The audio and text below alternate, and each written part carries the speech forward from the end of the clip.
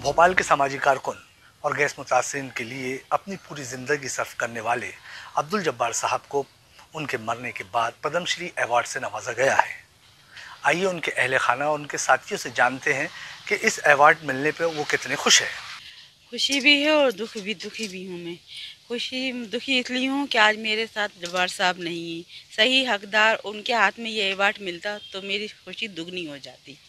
अधूरे ख्वाब उनका जो रह गया उनको मैं चाहती हूँ कि मैं उनके पूरे जो अधूरे ख्वाब रह गए मैं पूरी तरह मैं उनके कामयाब करूँ जी। और मैं ये चाहती हूँ जो उनके अधूरे सपने हैं जैसे कि गैस पीड़ितों का मुआवजा है और भी उनके जो मुद्दे रह गए हैं हम सब मिलकर उनके ख्वाब को पूरा करेंगे। सरकारें तो दावा करती आई हैं शुरू से, जिस दिन से गैस निकली थी उसी दिन से उनके जो आंकड़े थे मतलब वो सारे गलत साबित होते थे।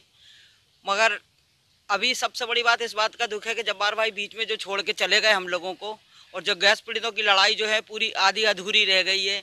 अभी कितने केस, सजा वाला केस है, पुनर्विचार याचिका लगी है सुप्रीम कोर्ट में 2010 में, जो लोगों को 2.5 लाख रुपए के मुआवजे के लिए लगाई गई थी, वो भी सब अधूरी पड़ी। उस पर भी आज तक कोई सुनवाई नहीं हुई है। जो गैस पीड़ित बच्चे थे, जो उनकी जो पीढ़ियां बड़ी हुई हैं, उनको जो काम मिलना था वो भी नहीं मिला। जिस तरह से गैस पीड़ितों को काम अच्छी तरह से मिलना था, कम से कम 10-20 हज़ार लोगों को रोजगार मिलता कोई फैक्ट्री डाल के या कुछ करके, तो ये सरकार ने कुछ भी नहीं करा। जब से शिवराज सिंह चौहान जी की सरकार आई है तब से उन्होंने 15 साल से तो उन्होंने गैस पीड़ितों के लिए ऐसा कुछ भी नहीं किया।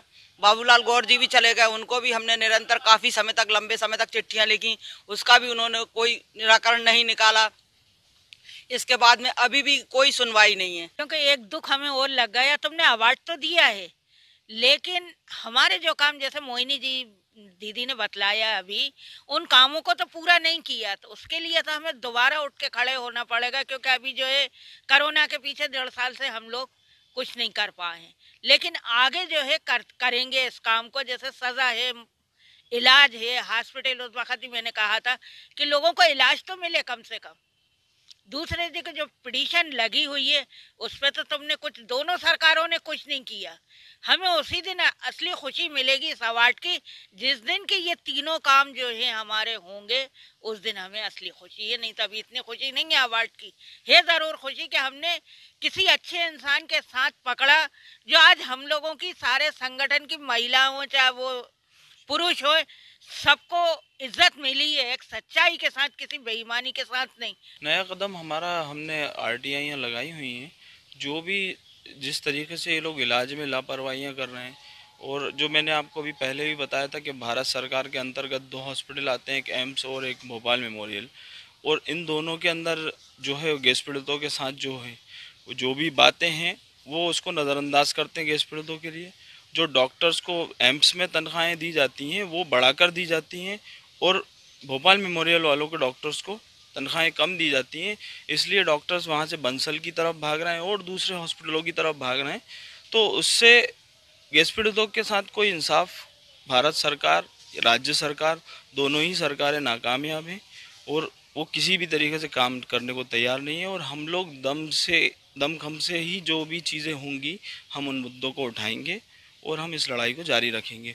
जो कि उन लोगों का सोचना था, जो इस लड़ाई को उन्होंने, मामू जान ने, जब्बार भाई ने, हमीदा भी ने, और जो आंटियां बैठी हैं, शांति आंटी बैठी हैं, रईसा आंटी बैठी हैं, इन लोगों ने हमने काम किया है।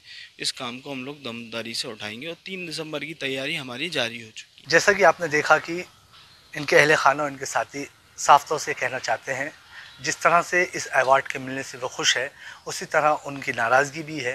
क्योंकि अब्दुल जब्बार साहब ने जो गैस मुतासिरीन के लिए कोशिशें की थी, और जो हुकूमत से उन्होंने लगातार, मरकज़ी हुकूमत हो या सूबाई हुकूमत हो, उससे जिस तरह की मांगें की थी वो आज तक पूरी नहीं हो पाई है।